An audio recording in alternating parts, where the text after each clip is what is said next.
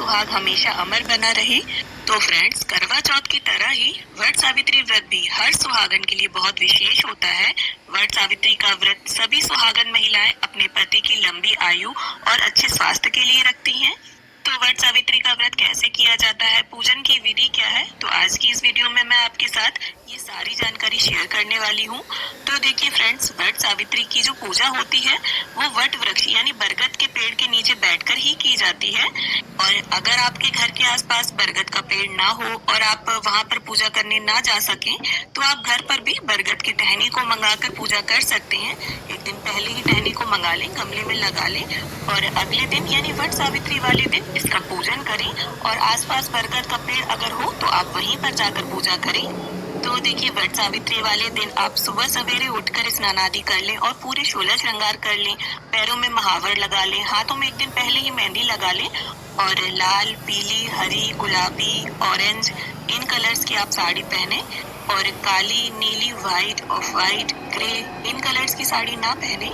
और पूजन के लिए जिस बरगद को भी आप चुने वो जितना प्राचीन हो, जितना पुराना हो उतना ही अच्छा। आप देख सकते हैं इस बरगद में देखिए जटाएं निकली हुई हैं, तो कम से कम जटाएं निकली हुई होनी चाहिए। और वैसे भी ऐसा बोला जाता है कि कम से कम 12 वर्ष पुराना बरगद हो उसी की हमें पूजा करनी चाहिए। तो फ्रेंड्स, साल 2025 में वट सावित्री का व्रत 26 मई दिन सोमवार को रखा जाएगा। तो यहाँ पर देखिए बरगद के पेड़ के आसपास थोड़ी सी साफ सफाई करने के बाद अब मैं यहाँ पर मंदिर है तो जल भर लूंगी। और अगर जहाँ पर आप जा रहे हैं वहाँ जल की व्यवस्था ना हो तो आप जल अपने साथ लेकर जाएं, क्योंकि जब भी हम किसी देव वृक्ष का पूजन करते हैं तो सबसे पहले हमें उसे सींचना चाहिए। तो इस तरह से देखिए पेड़ के चारों तरफ घूमते हुए हम जल सींच देंगे। और देखिए इस पूजा में बरगद के पत्ते को गहने के रूप में पहना जाता है। तो आप इस प्रकार से अपने जोड़े में या चोटी में एक बरगद के पत्ते को लगा लें। और इसके बाद देखिए बरगद के पत्ते का हम आसन देंगे। और सबसे पहले देखिए किसी भी पूजा में गौरी गणेश का पूजन किया जाता है, तो यहाँ पर सुपारी में मोली धागा को लपेटकर हमने गौरी गणेश की स्थापना कर ली है। आप चाहे तो बरगद के आसपास की मिट्टी जो होती है वो भी एकदम पवित्र होती है, तो उस मिट्टी से भी आप गौरी गणेश की स्थापना कर सकते हैं बनाकर। और साल 2025 में देखिए सोमवार के दिन अमावस्या की तिथि पड़ रही है, तो सोमवती अमावस्या पड़ेगी, इसीलिए ना तो हमें रुई को जलाना है, रुई की बाती नहीं लगानी है दीपक में, और ना ही दीपक में सरसों का तेल डालना है। या तो आप शुद्ध घी डालें दीपक में या फिर तिल का तेल डाल सकते हैं। तो यहाँ कच्चे सूत की मैंने बाती बना ली है और दीपक को तैयार कर लिया है। और एक प्लेट में पुष्प, अक्षत या थोड़े तिल डालकर हम इस प्रकार से धूप दीप रखकर प्रज्वलित कर लेंगे। अब देखिए वट सावित्री के पूजन में ऐपन का बहुत अधिक महत्व होता है। तो चावल के आटे में थोड़ी सी हल्दी और पानी डालकर इसे बनाया जाता है, या फिर आप चावल को रात में भिगोकर सुबह इसमें थोड़ी सी हल्दी और पानी डालकर पीस कर इसे तैयार कर सकते हैं। अब देखिए वट सावित्री जैसा कि नाम से ही पता चलता है, सावित्री माता ने सबसे पहले इस व्रत को रखा था।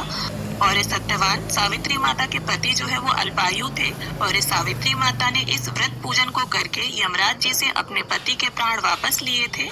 तो बरगद के पेड़ पर इस ऐपन से हम माता सावित्री और सत्यवान जी का इस प्रकार से चित्र बना लेंगे। तो आपसे जैसे भी बने थोड़ा सा हाथ पैर बना दें, उनका मुख बना दें।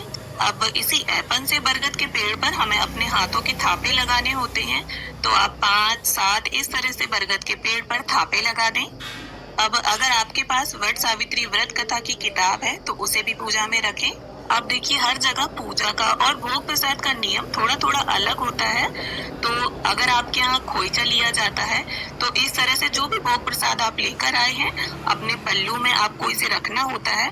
और अगर आपके घर पर बड़े बूढ़े हैं तो वही खोइचा देते हैं, और अगर नहीं है तो आप इस तरह से अपने आप भी इसे ले सकते हैं। जो भी भोग प्रसाद आप चढ़ाने के लिए लेकर आए हैं थोड़ा थोड़ा सा लेकर इसे अपने आंचल में रख लें और बांध लें। अब जल और फूल की सहायता से स्नान की भावना से हम गणपति जी, गौरी माता, सत्यवान जी, सावित्री माता सभी को छींटा दे देंगे। और वस्त्र की भावना से यहाँ गणपति जी और गौरी माता को हम कलावा समर्पित कर देंगे। और सत्यवान जी और सावित्री माता को कोई भी आप लाल पीला नया वस्त्र अर्पित कर सकते हैं, या फिर आप चुनरी भी अर्पित कर सकते हैं। तो सत्यवान जी और सावित्री माता हमने ऐपन से बनाई है, आटा है, तो आप देख सकते हैं वस्त्र जो है कितनी आसानी से चिपक जा रहा है। अब इसके बाद हम सभी को सिंदूर से टीका करेंगे। गणपति जी, गौरी माता को, सत्यवान जी और सावित्री माता को सभी को हम टीका करेंगे। और जो थापे हमने लगाए हैं बरगद के पेड़ पर, उन पर भी हमें टीका लगाना है। तो इस तरह से देखिए सभी पर हम सिंदूर का टीका लगा लेंगे। अब देखिए इस पूजा में बांस के बने पंखों का बहुत ज्यादा महत्व है। तो यहाँ पर हम 2 पंखे रख लेंगे, एक दान के लिए और एक से पति को हवा करेंगे।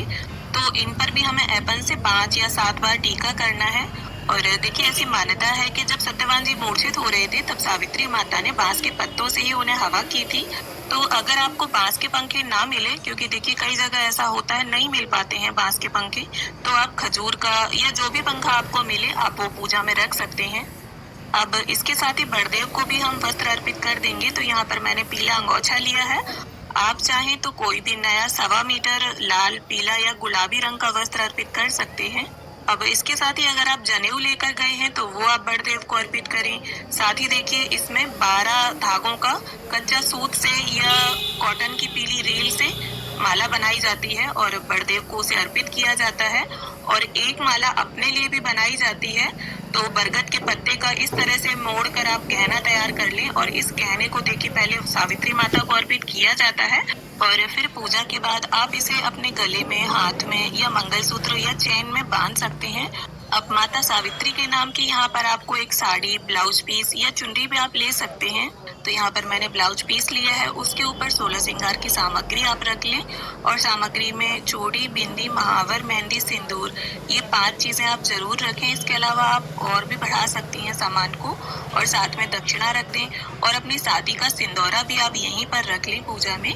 और अगर आपके पास फूल हैं, आप फूल लेकर गए हैं तो सभी को फूल चढ़ा दें। अगर फूल नहीं है तो कोई बात नहीं, बिना फूलों के भी आप पूजन कर सकते हैं। और भोग प्रसाद में आप जो भी लेकर गए हैं, जो भी आपके यहाँ चढ़ता है, पूड़ी, पुआ, गुलगुला या बरगदे, वो आप सभी को समर्पित करें। और साथ में अगर आपने बाजार की मिठाई मंगवाई है और इसके साथ ही जो भी फल लेकर आप गए हैं, मौसम में आने वाले जो भी नए फल हैं, 5 तरह के, 2 तरह के या फिर एक ही तरह का, जो भी जैसा भी उपलब्ध है, आप वो सभी को अर्पित करें। और ये देखिए वट सावित्री की पूजा में भीगे हुए काले चनों का विशेष महत्व है। तो इस तरह से सभी को हम काले चने अर्पित कर देंगे। अब देखिए वट वृक्ष की हमें परिक्रमा करनी है। तो परिक्रमा करने के लिए आप कच्चा सूत या कलावा ले सकते हैं। कलावा सूती होना चाहिए या इसके अलावा कॉटन की पीली रील ले सकते हैं। और इस तरह से देखिए आंचल में हमें अपनी शादी का सिंदूरा और इसके साथ ही जितने भी आपको फेरी लगानी है उतने आप चने ले लें, जिससे परिक्रमा की जो गिनती है वो गड़बड़ नहीं होगी। और कच्चे सूत को हमें इस तरह से लपेट देना है वहीं पर, कहीं पर भी आपको गांठ नहीं बांधनी है। और आपका धागा अगर वहीं पर समाप्त हो जाता है तो वहीं आप लपेट दें और चनों से जो परिक्रमा है वो पूरी कर लें। और परिक्रमा करते हुए आप भजन गा सकते हैं। और जितनी बार भी देखिए आप परिक्रमा करेंगे उतनी बार आपको सावित्री माता को सिंदूर अर्पित करना है और एक एक चना वट वृक्ष को अर्पित करते जाना है। और वट वृक्ष की फेरी देखिए जितना आपके शरीर में सामर्थ्य है, जितनी आप फेरी लगा सकते हैं, 5, 7, 9, 11, 21, 51 या सबसे उत्तम अगर आप लगा सकते हैं तो 108 फेरी मानी गई हैं। तो इस तरह से वट वृक्ष की आप फेरी लगा लें और हाथ में थोड़े से चने लेकर अब हम वट सावित्री व्रत की कथा को पढ़ लेंगे। और ये देखिए अगर आप साथ में 2-4 लोग पूजा करने गए हैं तो कोई कथा पढ़ता है, कोई सुनता है तो काफी अच्छा लगता है।